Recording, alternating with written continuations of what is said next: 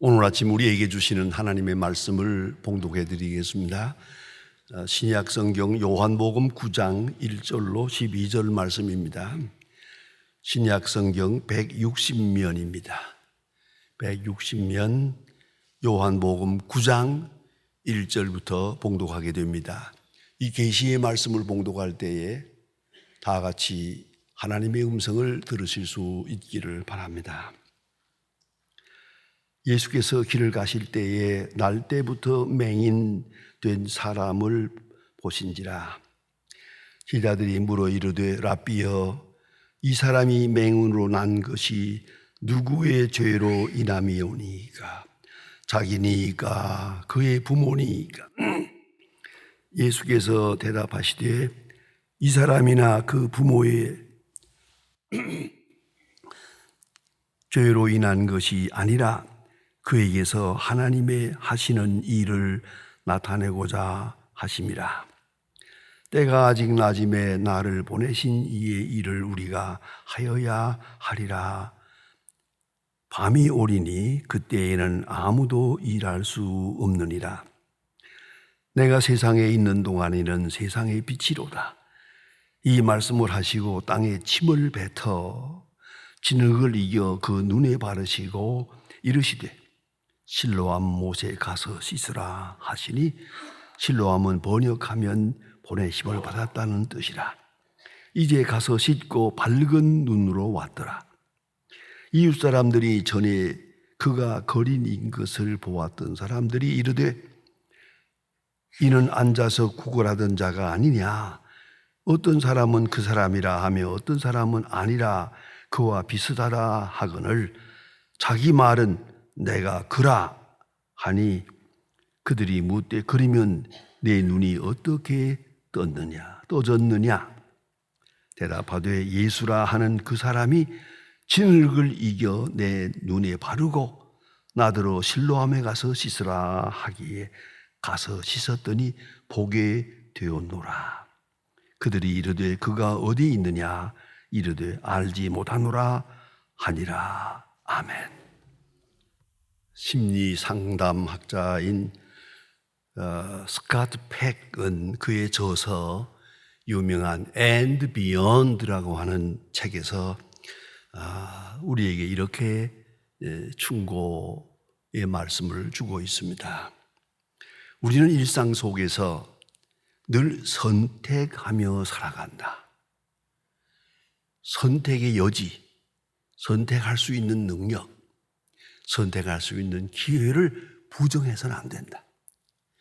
우리는 때때로 이 길밖에 없다, 다른 길은 없다라고 말합니다. 그건 불신앙입니다. 그건 하나님께 대한 도전입니다. 아니옵시다. 다시 한번 생각해 보세요. 언제나 선택의 여지는 있습니다. 마치 에덴 동산에 아담 하와에게 하나님께서 선악과를 주셨습니다. 자, 그런데 먹지 말라. 먹는 날에는 정령 죽으리라. 자, 이 말은 뭡니까? 먹을 수도 있고 안 먹을 수도 있다는 거예요. 따 먹을 수도 있고 안 먹을 수도 있는 거예요. 그런데 어느 순간에 우리 인간들은 그럴 수밖에 없었다, 선택은 없었다 라고 변명합니다. 그것이 바로 죄입니다. 그것이 타락성입니다. 책임감과 복종 사이에서 선택을 해야 됩니다. 책임감을 가지고 하느냐, 주도적으로, 아니면 굴종하며 할 수 없이 하는 일이냐, 그런 선택. 또 감사와 허무 사이의 선택입니다. 하나님의 은혜를 감사할 수도 있고, 아니 모든 것은 다 헛되다, 허무주의에 빠져가는 그런 선택 사이에 있습니다.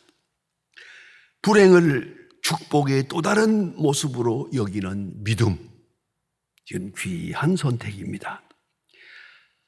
행운을 당연한 것으로 여기지 않는 겸손, 그리스도인의 미덕입니다. 역경을 기회라고 생각하는 긍정적인 세계관, 이것이 하나님의 사람의 선택입니다. 오늘 본문 성경에 보면 나면서부터 소경된 사람이 있습니다. 나면서부터 시각장애자입니다. 아마도 가장 불행한 사람이라고 저는 생각합니다. 흔히 어떤 사람들은 말합니다. 사람의 육체가 가령 이 지체가 총 10,000원이라면은 눈이 7,000원이라고. 그만큼 눈은, 시각은 중요합니다. 우리의 모든 기능이 이 시각과 함께 오는데 이 사람은 시각장애자입니다. 그것을 잃어버린 사람입니다. 이 사람을 앞에 놓고 중요한 질문을 합니다. 네 죄 때문입니까? 이런 때마다 도덕성을 물어봅니다. 과거를 물어봅니다. 본인의 죄입니까? 부모의 죄입니까? 본인의 죄라면 나기 전에 무슨 죄가 있습니까? 부모의 죄라면 본인은 억울합니다. 참 풀 수 없는 도덕적 수수께끼입니다. 이제 예수님은 높은 차원에서 말씀하십니다. 하나님의 하시는 일을 나타내고자 함이라. 하나님의 하시는 일이다. 하나님이 하시는 일을 나타내고자 해서 이 같은 사건은 여기 있다라고 말씀하십니다. 이해하기 어려운 말씀이기도 합니다. 그러나 하나님의 말씀을 들어야 합니다. 하나님의 말씀을 믿어야 하고 수용해야 합니다. 여러분, 하나님이 하시는 일을 나타내기 위해서는 딱 하나의 조건, 그리스도를 만나야 됩니다. 예수님을 만나야 됩니다. 예수님의 말씀을 들어야 됩니다. 예수님을 만난데, 그런데 중요한 것은 여기에 많은 사람들이 옹위해서 예수님을 따르고 있지만은 여러분 성경 보시는 대로 진짜로 예수님을 만난 사람은 딱 한 사람이에요. 이걸 알아야 합니다. 본다고 만난 게 아니에요. 같이 있다고 만난 게 아니에요. 함께 산다고 만난 게 아니에요. 1대1로 면대면 절대적 관계에서 예수님을 만난 사람은 이 한 사람뿐입니다. 이 사람은 많은 군중 속에 있는데 어찌 생각하면 가장 불행한 사람입니다. 많은 사람 속에 이 사람만 시각장애자입니다. 근데 그 사람이 주님을 만납니다. 아니, 주님께서 그를 만나 주셨습니다. 고난 속에서만 절대적 관계가 형성됩니다. 절박한 고난. 여러분, 죄송합니다마는 절박성, 그것이 없이는 하나님을 만나지 못합니다. 절박함이 없이는 하나님을 똑바로 볼 수가 없습니다. 아니, 하나님의 음성도 들려지지 않습니다. 구약 성경에 보면 야곱이라는 사람이 형의 낯을 피해서 하란으로 갔다가 돌아옵니다. 형님이 400명을 거느리고 자기를 만나러 온다는 말을 듣고 너무 다급해서 이제는 재산도 필요 없고 가족도 필요 없고 다 필요 없습니다. 형님을 어떻게 만나느냐가 중요합니다. 야복강변에서 그는 기도합니다. 밤새 홀로, 성경은 말합니다. 홀로 남았더니, 홀로, 물리적으로만 홀로가 아닙니다. 정신적으로, 영적으로 아무도 이제 의지할 것이 없습니다. 홀로 하나님과 면대면합니다. 거기서 그는 이스라엘의 축복을 받습니다. 여러분, 이걸 아셔야 됩니다. 이 시각장애자는 아무도 알 수 없는,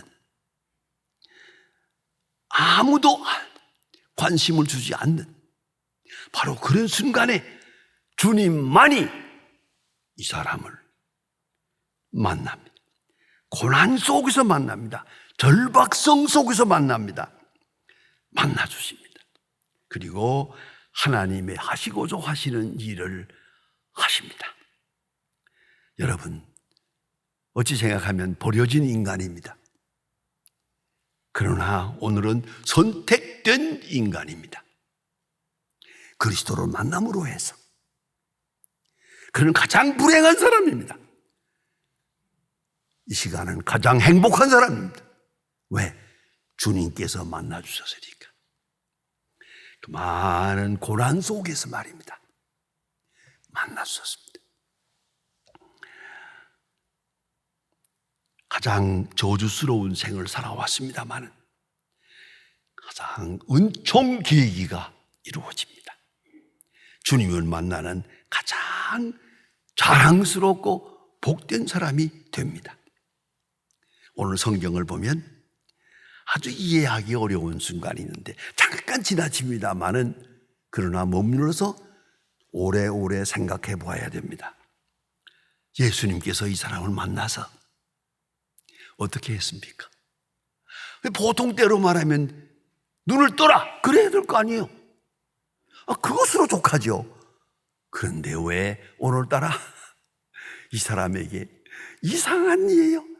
짐을 땅에 뱉어가지고 진흙을 이겨서 눈에다 바릅니다. 여러분 그 순간을 한번 생각해 보세요. 시각장애의 눈은 눈이 아닙니까? 눈에 먼지만 들어가도 아픈데 어째서 이 시각장애자가 당하는 고통을 더 고통스럽게 하셨냐 이 말입니다. 이 순간이라도 더 고통스럽게 하셨어요. 진흙을 이겨서 눈에다 발라. 이게 말이 됩니까? 여러분, 성격이 급한 여러분, 아마 이런 정도 되면 여보 이거 뭘 하는 짓이요? 이거 누구를 죽이려는 거예요 이거? 라고 안 했겠습니까? 아마 여기 계신 분들은 아마 이런 경우에 가만히 있을 사람이 별로 없을 겁니다. 어떻게 이걸 참아요? 시각장애자의 눈에다가 땅에다 짐을 뱉어서 그것을 눈에다 발라요. 나는 그 순간에 이 시각장애자의 믿음이 너무너무 부럽습니다. 이걸 참았어요. 이 말도 안 되는 일이 이거는. 솔직히 말하면 그대로 눈을 떠라! 그렇게 하는 거지 보통으로. 또 그렇게 기대하고 있는 거지. 그런데 오히려 고통을 더했습니다. 그렇지 않아도 불편한 데다가 시각장애자의 눈에다가 진흙을 바르는 이러한 불편한 고통을 이 사람은 잘 참았습니다. 왜 그러냐고 묻지도 않았습니다. 이건 뭐 하는 짓이냐고 항의하지 않았습니다. 그 참는 순간, 짧은 시간이지만 굉장한 사건이 지나가는 겁니다. 굉장한 사건입니다. 이 사람이 이걸 잘 참아냈습니다. 그때 예수님 말씀하십니다. 실로암에 가서 씻어라. 실로암은 한 오리길이 됩니다. 저도 한번 가봤습니다만 여기서 예수님 말씀하신 데서부터 여기까지 가려면 보통 사람이 보통 걸음으로 가면 30분 걸릴 수 있겠지만 이 시각장애자가 지팽이를 짚고 더듬어 가려면 2시간 걸립니다. 이 2시간 실로암을 향해 가는 이 사람의 모습을 한번 상상을 해보세요. 그 2시간에 무슨 생각을 했겠습니까? 전 그렇게 생각해 봅니다. 참 재수 없는 날이다. 내가 어쩌다가 오늘 이런 일을 당했나? 이것도 지금 뭐 하는 짓이야? 내가 지금 뭘 하고 있는 거야? 하면서도 그런 모든 의심을 다 누르고 순종합니다. 이보다도 더 어려운 일도 하라면 해야 되는데 이게 뭐 그 대수냐? 2시간 동안 어정어정 가는 그 모습을 가만히 상상해 보세요. 굉장한 믿음입니다. 높이 평가해야 됩니다. 믿고 순종합니다. 순종하고 실로암까지 가서 자기 손으로 물을 떠서 눈을 씻어요. 했더니 눈이 떠. 이런 희한한 일이 있습니까? 놀라운 얘기입니다. 여러분, 우리는 모든 불행의 원인을 과거에서 묻습니다. 그래서 과거에 잘못한 것 때문에 오늘 이런 일을 당했다. 과거에 누구 때문에 하다 못해서 조상 탓을 합니다. 전생에 이런 말까지 하게 됩니다. 과거로 원인을 돌립니다만은 기독교의 역사관은 그렇지 않습니다. 모든 원인은 미래에 있습니다. 과거에 무슨 죄를 범했기 때문에 오늘 불행이 있는 것이 아니라 미래에 하나님의 큰 역사를 이루기 위해서 이 사건은 오늘 있는 겁니다. 이게 얼마나 중요한 의미인지 모릅니다. 가령 어떤 사람이 죄를 지어서 형무소에 가서 고생을 하고 있습니다.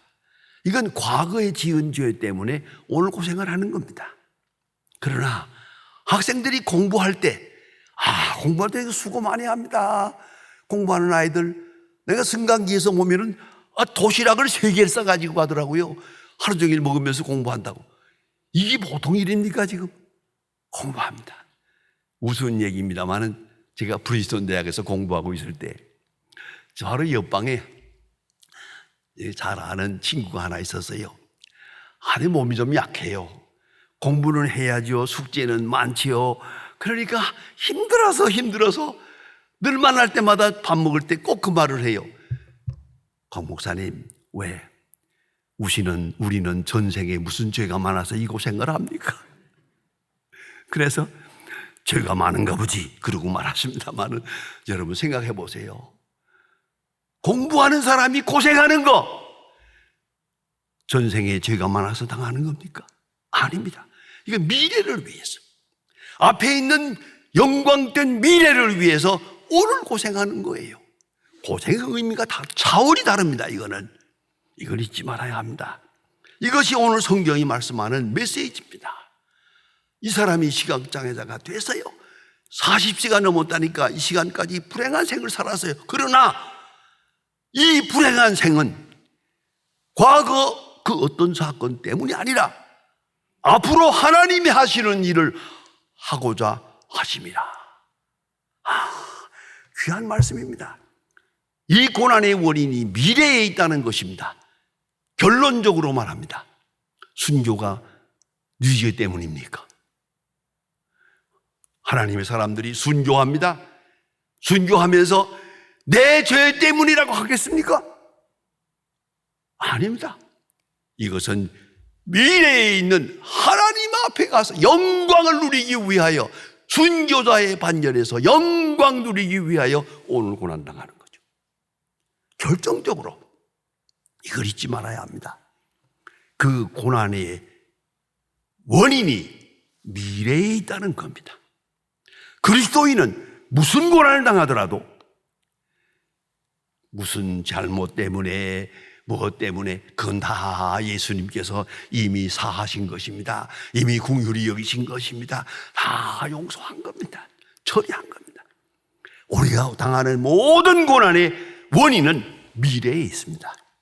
나는 영원지향하는 미래에 있다는 걸 잊지 말아야 합니다.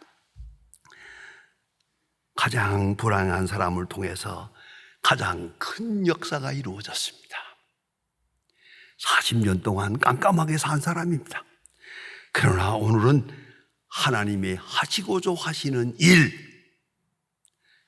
이루었습니다.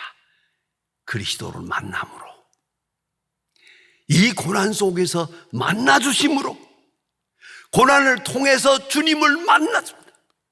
고난을 통해서, 가장 불행한 고난을 통해서 가장 큰 하나님의 역사를 이루었더란 말입니다. 주님은 말씀하십니다. 또 다른 방법으로 말씀하십니다.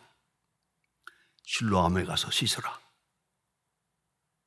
여러분, 혹 믿음이 가지 않는더라도 순종해야 됩니다. 여러분, 이걸 알아야 됩니다. 흔히는 확신을 말합니다만 확신보다 중요한 것은 순종입니다. 혹 의심이 가고 혹 흔들려도 조용히 기도하며 순종할 것입니다. 아마도 그런 생각했을 거예요. 실로암까지 가면서 별 생각 다 했을 거예요. 그러나 순종 하나만은 완성을 했습니다. 실로암에 가서 씻는 그 사건 하나는 완전한 것이었습니다. 그런 거로 그는 눈을 떴습니다. 많은 사람이 이 사건 때문에 물어보았습니다. 예, 누가 내 눈을 뜨게 했느냐? 어떤 생각하느냐? 내가 한 것이 안식일인데 이게 하나님의 법이냐 아니냐? 시비가 많습니다. 성경을 자세히 읽어나가려면 재미있는 말 한마디가 있어요. 내가 아는 것 한 가지. 난 아무것도 몰라. 그 사람이, 예수라는 사람이 날들어 실로암에 가서 씻어라 라고 하셨다. 그 한마디만 난 알아. 그 외에는 아무것도 모른다. 난 예수님 만나보지도 못했고 다 모른다마는 한 가지, 예수님이 내 눈을 뜨게 하셨다. 주님이 나와 함께 계시다 하는 간증을 하고 있습니다. 자, 놀라운 얘기입니다. 게게고르라고 하는 신학자의 기도문이 있어서 한 말씀 드립니다. 지성에는 한 가지를 이해할 수 있는 지혜를 주시고, 감성에는 받아들일 수 있는 성실함을 주시고, 의지에는 오직 한 가지만을 따를 수 있는 진실을 주시옵소서. 정신이 산만할 때에는 한 가지만 원하는 집중력을 주세요.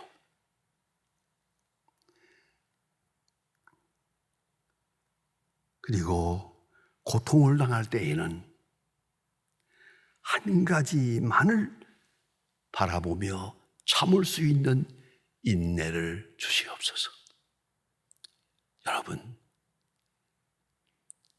이 시각장애자는 주님의 말만 듣고 주의 음성만 듣고 주께만 순종했습니다. 여러 가지로 이해가 안 되는 부분도 있지만 아닙니다. 모든 의심을 누르고 이성적 비판을 십자가에 못 박고 그는 묵묵히 순종했습니다. 그러므로 하나님의 하시고자 하시는 일을 이루어드렸습니다. 하나님의 하시고자 하시는 일을 완성했습니다. 여러분, 이 어려운 세대를 살아갑니다. 이 속에 하나님의 하시고자 하시는 경륜이 있습니다.